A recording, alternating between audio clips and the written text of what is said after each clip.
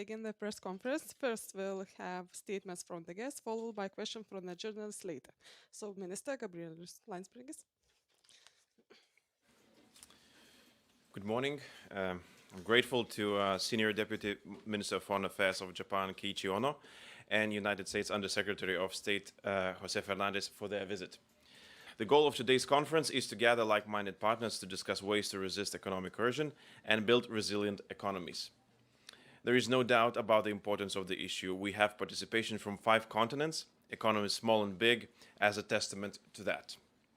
Lithuania is among a growing number of countries that have found themselves at the forefront of this kind of a geopolitical confrontation, one that leverages economic power to exert political pressure. For a long time, we have experienced it from Russia, but in recent years, Lithuania has also faced coercion from another power that aims to reshape the global order, that is China. It is important to remember that economic coercion is a hybrid form of escalation. Therefore, we must be ready to deter those threats early enough and resist this growing danger that threatens not only the economic order, but also the nature of international relations. When economic power is combined with an authoritarian regime, the potential for coercion and conflicts increases. Diplomatic solutions become harder and escalation more likely. The time has come for a unified stance against economic coercion. We should be prepared, we should be ready to stand our ground, and we should never leave anyone alone in the face of coercion. We see the conference as a step to build a coalition of like-minded countries combating such coercive practices. There is no other alternative. We cannot allow coercive powers to influence our choices. We will never stop blackmail by giving in to demands. It can only be stopped by joining our forces to confront it. Thank you. Thank you, Minister. Now we give the floor to the Japanese Senior Deputy Minister for Foreign Affairs, Keiichi. Thank you very much. Thank you very much, Minister Landsbergis. First of all, I would like to thank the government of Lithuania for its initiative in hosting this important conference. And also, I would like to thank Minister and other relevant officials to extend its invitation to Japan, a member of the Indo-Pacific region. The case of economic coercion targeting Lithuania is still fresh in our memory.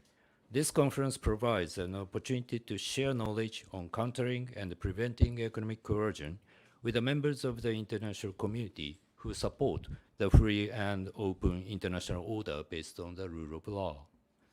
Economic coercion is an attempt to weaponize the supply capacity or the market purchasing power of the coercing country in the context of economic interdependence between the economies in order to undermine the sovereign policy and the position of the targeted economy.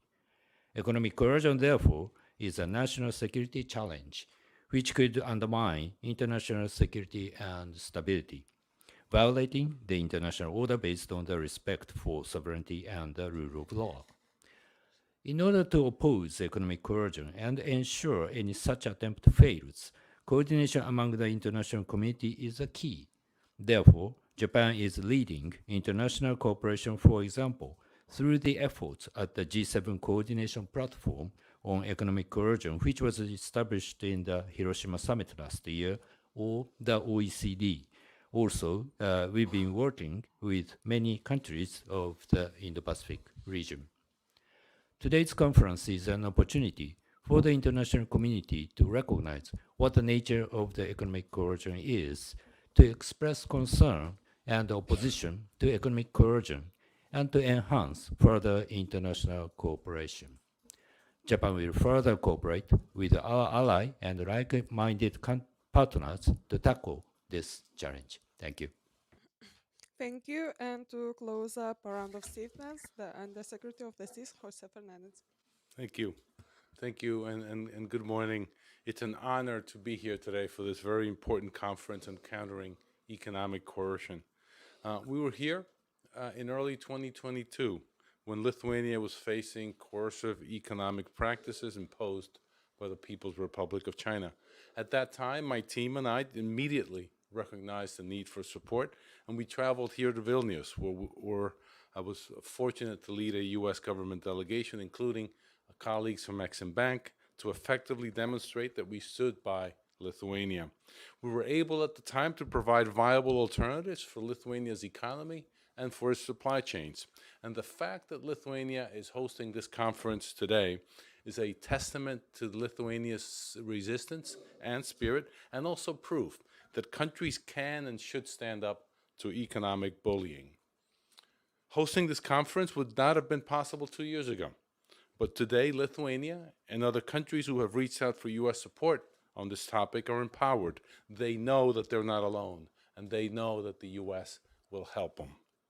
While China may try to strong arm, we work arm in arm. We lend a helping hand.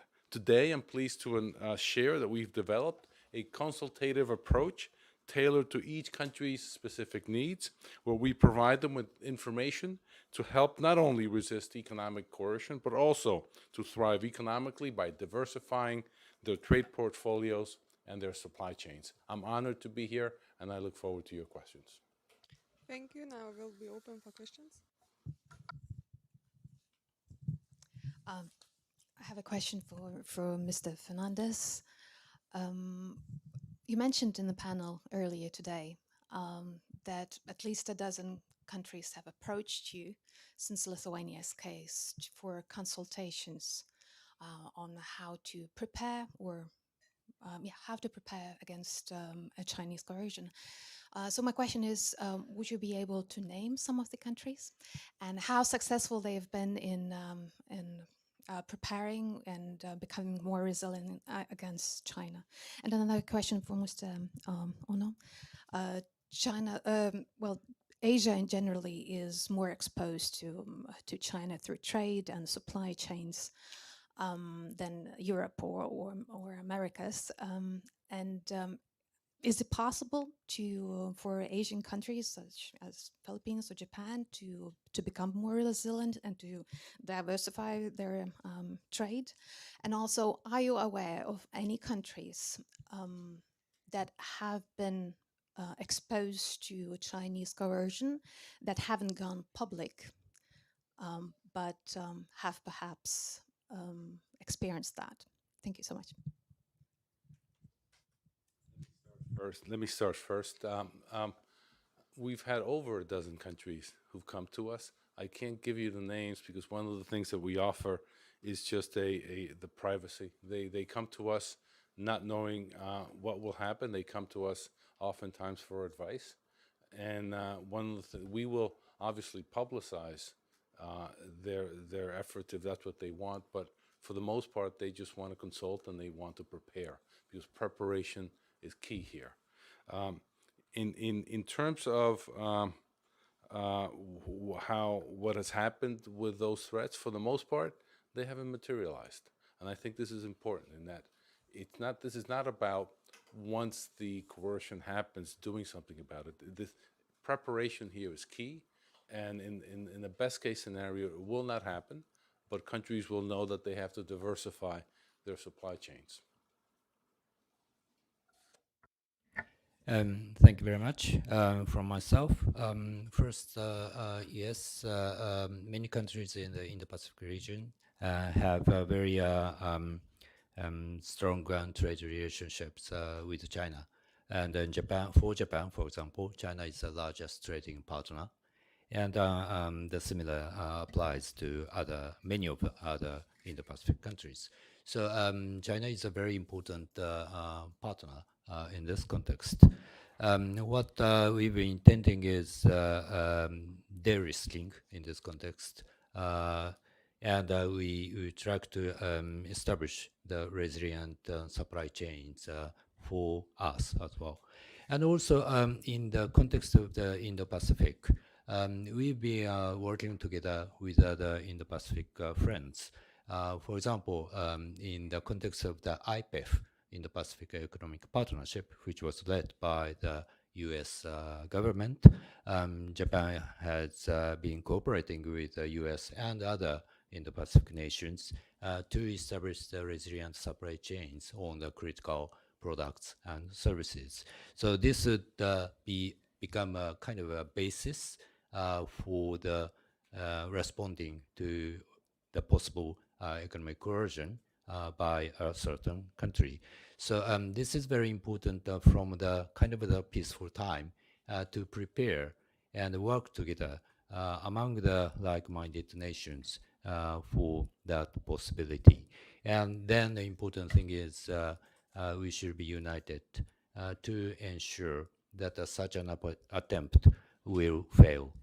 I cannot name, back to your question, I cannot name to a specific country which is facing the risk or the working together with us.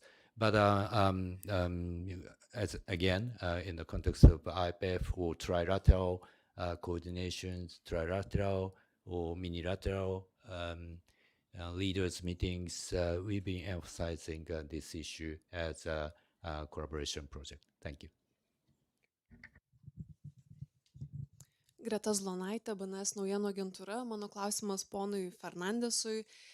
Kada Lietuva gali tikėtis oficialių sprendimų dėl neterminuoto JAV bataliono buvimo Lietuvoje? Ačiū.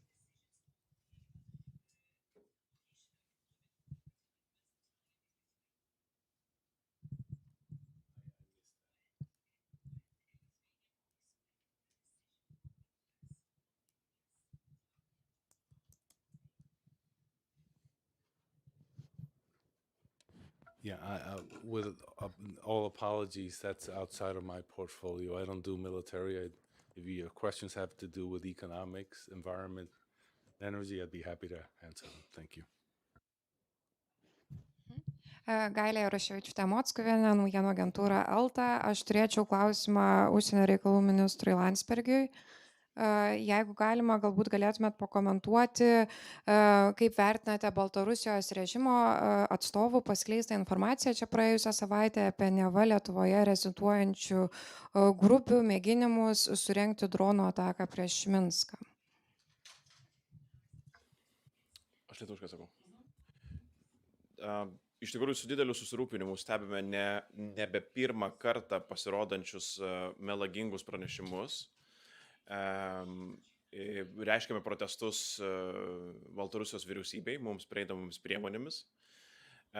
Tačiau tai galima vertinti ir kaip hibridinio veikimo formą prieš savo kaimynę, todėl kad tų kaltinimų, melagingų kaltinimų gausa, jinai nemanau, kad yra atsitiktinė. Siekis greičiausiai yra sėti sumaištį, kelti, įtakoti politinius procesus valstybėje ir dėl to atsakas turi būti visų pirma griežtas tiesos sakant tiesą ir patikslinant arba paneigiant informaciją, kuri yra paskleista. Ir taip pat, ką aktyviai darome, informuoti partnerius dėl to, kad Lietuva nėra vienintelė valstybė, kuri susiduria su panašaus pobūdžio hibridiniais veiksmais. Jie kartojasi ir kitose Baltijos valstybėse, bei netgi ir tarp didžiųjų vakarų Europos valstybių, tokių kaip Vokietija arba Prancūzija, taip pat yra pastebami panašios krypties veiksmai, sakykime, ne konkrečiai tokie patys pavyzdžiai, bet panašus veikimas.